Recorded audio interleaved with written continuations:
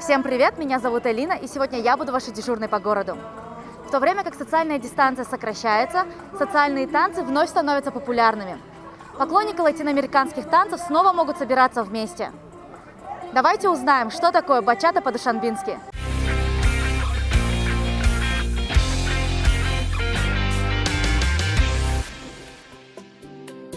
Любители потанцевать обычно собираются в разных ресторанах и кафе столицы, но в летнее время они предпочитают открытые площадки, например, как этот летний сад.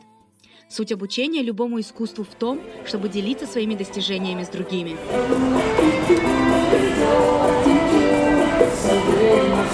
Всего на такие вечеринки собирается около 20 пар. В основном это люди, которые занимаются бачатой еженедельно.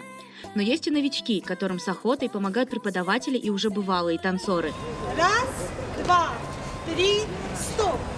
Нога, которая свободная, с нее опять начинаем. 5, 6, 7, стоп. Такие встречи в ритме латиноамериканской музыки называются социальными танцами.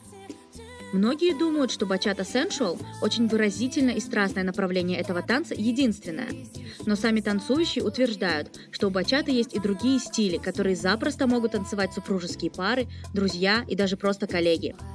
Поэтому постепенно он и завоевывает сердца душанбинцев. В общем, для меня это... Я очень сама люблю танцевать, и несколько месяцев назад я для себя открыла этот вид танца. Я ходила 2-3 месяца, а сюда пришла чтобы вечер провести очень приятно, в хорошей компании, потанцевать, посмотреть, порадоваться жизни. Я пришел с друзьями, мы вообще танцоры, по идее, и нам это очень нравится. И особенно латино, это же латино-танцы, потому что они такие нежные, утонченные, манерные. И нам нравится это, и поэтому мы любим посещать такие мероприятия. Об этом вечере я узнала с Фейсбука, было создано мероприятие. До этого я была пару раз на таких мастер-классах, проводили у нас в компании, плюс в гостинице «Сирена». Получается, это мое третье мероприятие, данное мероприятие. В принципе, бачата очень интересная, на самом деле. Инициатива классная, на самом деле, возможность отдохнуть как-то по-другому. У организаторов таких выездных мастер-классов единственное правило – не танцевать только в одном месте. Каждую неделю они ищут новую площадку, чтобы привлечь новичков. Также для того, чтобы разнообразить такие встречи, вечера становятся тематическими.